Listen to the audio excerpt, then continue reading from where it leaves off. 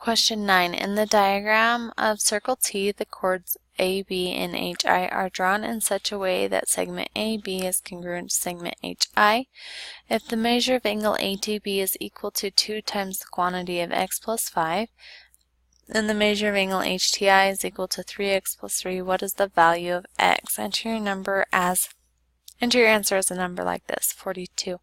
Okay, what I am noticing is that this was set up, or the image of this looks very similar to question 7, so I'm just going to scan down to these theorems till I see, okay, this image looks very similar. We have our two triangles made up by the radii and congruent chords. So if two chords of a circle are congruent, then they define central angles equal in measure. So that means that angle ATB is a central angle, and angle HTI, which is also a central angle, since they define this chord AB, meaning the end point is at point A and point B for this angle to be formed. And also the endpoints here, HI, form this central angle to be formed. These are congruent because their endpoints are connected by chords that are congruent.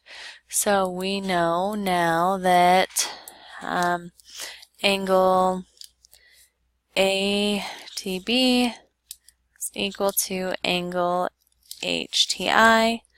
So angle ATB was given that it was 2 times x plus 5, and HTI was given to be 3x plus 3. Now it's wanting us to find the value of x. So I'm going to check.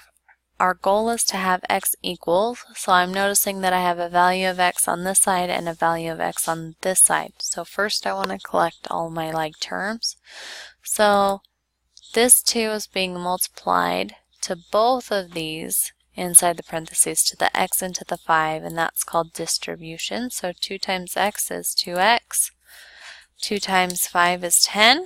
That's going to equal our 3x plus 3. Now I'm going to gather like terms, moving them across the equal sign. So I'm going to subtract this 2x to its like term, which is 3x on the other side of the equal sign. So then I'm going to have 2x minus 2x, which is 0x, plus 10, because nothing is being added or subtracted to the 10. That's going to equal 3x minus 2x is 1x, plus 3, since nothing is being added or subtracted to that 3. So now the 0x we often do not write because 0 times x would be 0, and adding or subtracting 0 doesn't change its value. And then that positive sign becomes implied as well. So now we have only x's on one side, and we still have this number attached here through addition. So we're going to move that across the equal sign using the opposite operation, which would be subtraction. So then we have 10 minus 3, which is 7. And that's going to equal 1x because nothing was being added or subtracted to that x, and 3 minus 3 is 0.